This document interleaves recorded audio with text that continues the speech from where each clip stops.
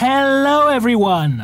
This is Remlays from 40k Theories, and welcome to the February 2024 edition of the Patreon Q&A sessions. As always, if you would like your questions answered, then click the link in the video description below and help support the channel by becoming a patron. Now, let's jump into the questions. Ador asks, if Black Library takes on the Scouring, what are a few plot points you would want to see? Well, the Iron Cage is a given, because that's one of the biggest events in the Scouring. Lorgar's ascension to demonhood, I think that needs to be touched up upon. And maybe Gilliman's duel of Alfarius/Omegon, because that was only really mentioned once, and I think that could also make a really good story. If you were Belisarius Cawl, which Traitor Legion gene stock would you use for new chapters? Maybe Emperor's Children, because that was stated to be the purest and most stable of all gene seed stocks, but possibly either Iron Warriors or Death Guard, mainly because of their inherent resilience factors. In fact, maybe Death Guard over Iron Warriors, because Iron Warriors also has an inbuilt psychological flaw in regards to paranoia. So yeah, probably Death Guard and Emperor's Children. Mike Murdoch asks, with GW reviving the crew model line, do you think we may see some more lore about them, or something else for them in the future?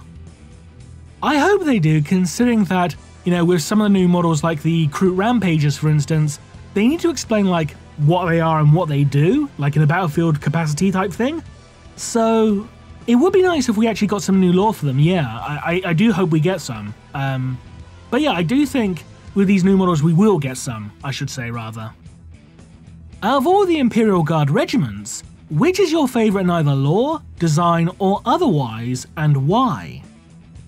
Probably the Praetorian Guard, mainly because I have such fond memories of the Battle of Big Tooth River display at Games Day back in 1996, I think it was.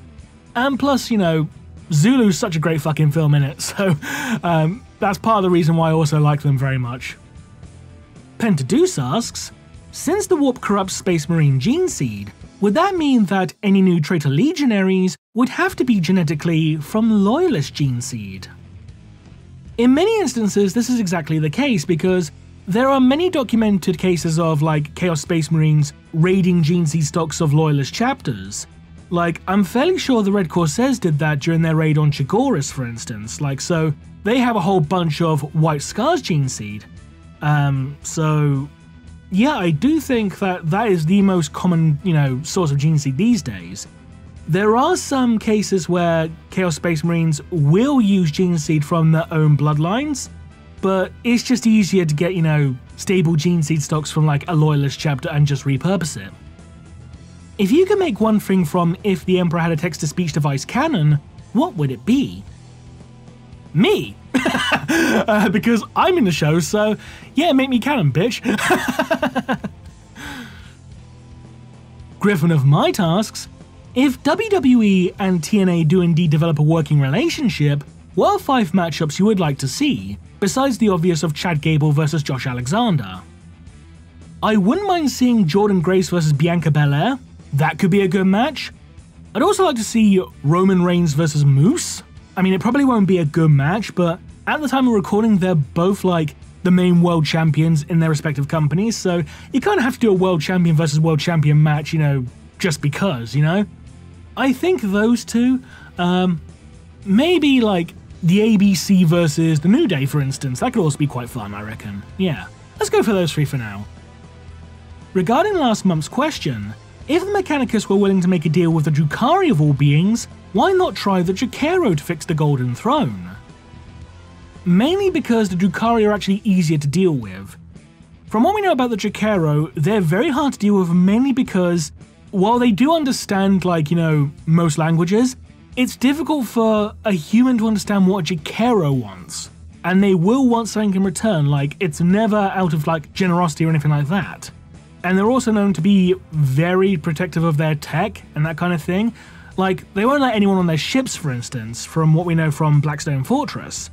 And plus, I think the Imperium are more willing to do a deal with the Drukhari, mainly because Drukhari look a bit more, well, human than Jakera, because the Jakera are just basically orangutans that are like, you know, technologically advanced. So I think, you know, at the end of the day, it's mainly xenophobia, to be honest. Like everything in regards to the Imperium, it's xenophobia or religious fanaticism. That's the answer to everything in the Imperium. It's because of one of those two factors. There are many instances of Inquisitors posing as rogue traders, but are there any Inquisitors who are actually also rogue traders? I do vaguely remember one story in where an Inquisitor was effectively demoted into becoming a rogue trader, and for the love of me, I can't remember what story it was, so take that with a pinch of salt, but I vaguely recall it. If anyone knows the story in question, please leave a comment down below. Zero Hits asks, there are a number of Fantasy and 40k characters who are based on real people. Who is your favourite? Probably Lord Solar Macarius, who is basically just 40k's version of Alexander the Great, which is funny considering that the Emperor is canonically Alexander the Great, so yeah. There was one character in the 5th edition Lizardman book for Warhammer Fantasy, Marco Colombo, who was like a combination of Christopher Columbus and Marco Polo. I enjoyed his story that was in the book, it was really good, so yeah, add him as well, fuck it. Richard Martin asks, what is your least favourite faction in Modern 40k? It's a tie-up between the Black Templars and the Death Corps, mainly because they're both overhyped and over-mean to shit and I'm just sick of them. I'm sorry if you like those two factions, but I'm sick of them. Sorry. If Games Workshop let you retcon one thing in the lore, what would it be, why, and how would you change it? I'd get rid of the stupid Exorcist or Imperial Fist successors thing. Fuck, that's the stupidest fucking retcon. I'm sorry, it makes no bloody sense.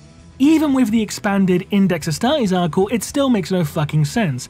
Revert back to being a Grey Knight successor chapter, and go back to the established lore that was set up for them in both, like, the Badab War Imperial Army books and the novel Death of Antagonists. Go back to that, please. I'm begging you, Games Workshop, go back to it. Please.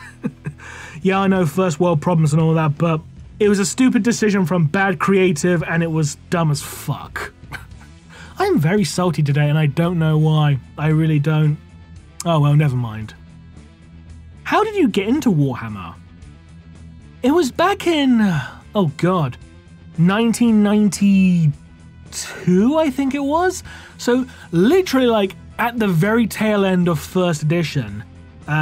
I was at school and a friend of mine brought in a Citadel miniatures, like either an annual or a catalog or something like that. It was one of the full color ones from back in the day. You know, back when Striking Scorpions were green and yellow and all had back banners and streamers hanging from their weapons, you know, that kind of thing. But I just love those models so much, and I also vaguely remember that there was an advert in it for 1st edition Space Hulk, specifically like the Gene Stealer expansion pack, which just looks so cool with the artwork and all that. So I just thought it was cool back then. And then I never saw much from Games Workshop for many years afterwards until like when I was with my dad in a supermarket one day and I saw an issue of White Dwarf, specifically White Dwarf issue 207, the one that had the Viper jet bike on the cover. And all those memories from school came flooding back and I was like, oh, I need to get this magazine, yes. And yeah, that's how I got into it basically. And finally, Terrorblades asks, before the heresy, each Primarch is sitting at a bar together and they each get to order a drink for themselves and secretly one for another Primarch. What do they order for themselves and who secretly orders what to who? Oh bloody hell. Honestly, I don't know much about alcoholic beverages, so this may be a little shorter than expected. I think Vulcan would have to have a fireball, because it's fucking Vulcan, fire, you know, all that. I know, blatantly obvious, I know. Gilliman would have something boring and, like, generic, like Miller Lite. Fulgrim would probably have a cocktail like Sex on the Beach. Pearl Harbor would probably have an Irish car bomb, which is one cocktail I do know, which is half a pint of Guinness, a shot of Jameson's whiskey, and a shot of Bailey's all mixed together. It sounds fucking disgusting, but it sounds like something that Pearl Harbor would have. Comrade Kurz would have a Bloody Mary, where Korax would have a snake bite, because I remember all the goths back in the day enjoying snake bite before a gig. I vaguely remember that. Russ would probably go for like a very hard cider or like a very strong ale. I was going to say mead, but like Russ doesn't seem like the kind of guy to actually drink wine, you know, and yes, mead is indeed a wine. Yeah, so he'd seem more like the kind of guy who would have like, you know, like a stout, maybe. I think Angron will probably have like blackcurrant and Pernod. I don't know why, it just comes to mind. Actually, no, going back to Gilliman, he would have blue curacao, because it's blue. Yeah, give him a blue curacao. Dawn would probably have like a cognac, like a fine cognac. He seems like the kind of guy who'd have a smoking jacket and a fine cognac like after a hard day's work. I don't know why, it just... Maybe it's the mustache, even though he doesn't canonically have a mustache, but that's another point entirely. Alpharius will probably have an alcohol-free beer, you know, just to deceive people, because, hey, look, I'm drinking after all. Mortarion would have a dirty pint, which is basically when you take a whole bunch of, like, leftover drinks and mix them together in one pint glass. He'd have a dirty pint because he's a dirty fucking bastard. Who else? Ferrus Manus, he'd have something with, a thick head. Hey. Oh, that was a terrible joke. Yeah, aside from that, I got nothing. Sorry. But I hope it proved inspiring nonetheless. And that concludes this edition of the Patreon Q&A sessions. As always, if you would like your questions answered, then click the link in the video description below and help support the channel by becoming a patron. Until next time, this has been Remlays from 40k Theories, and we'll see you again soon. Bye bye!